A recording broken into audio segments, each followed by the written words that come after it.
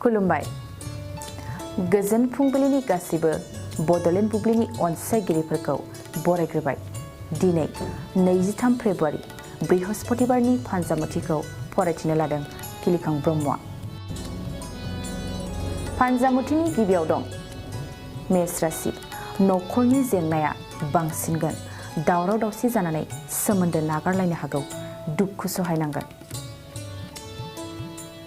वृष राशि समाजाव मान सन्मान बारायसिनगोन गावनि समाजखौ देरसिन सानना लागोन साननायफ्रा मोजांसिन जागोन मिथुन राशि बादायलायनायनि फारसे मोजांसिन सम मबेबा मोनसे बादायलायनायाव बान्था मोनगोन थांखि जाफुंसारगोन कर्कट राशि नखरनि जेंना जेंसियाव गोग्लैगोन हारसिङैनो दुखु जानांगोन दुखुजों बायदिसिना सानफ्लांगोन सिंह राशि थांखि जाफुंसारनायाव गोसो गाज्रि जानांगोन मावनो हायै खामानिखौ लानानै बांसिन सानफ्लेगोन समजों गोरोबफानाय नङा कन्या राशि गोसो थोलायनायाव रादाय खागोन गावनि अनजालिनो गोसोनि बाथ्राखौ फोरमायगोन तुला राशि रावनिबो खोथा लानाय नङा गोसोआ अहंकार जागोन गावनि गोसो बायदि खामानिखौ मावजानो लुबैगोन वृश्चिक राशि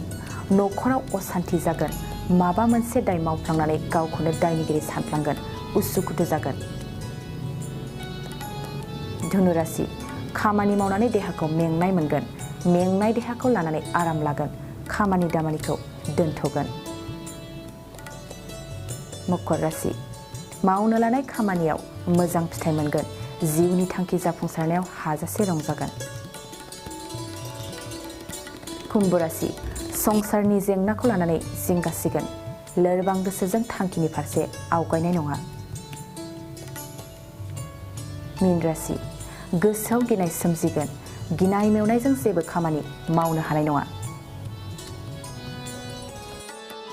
दिनै सानसेनि राशि फरायथिनायाबो एसेनोसै आसा खालामो नोंथांनि दिनैनि साना मोजाङै मोजां थांगोन बेखौ बडलेण्ड बुब्लि नखरनिफ्राय मिजिंथिबाय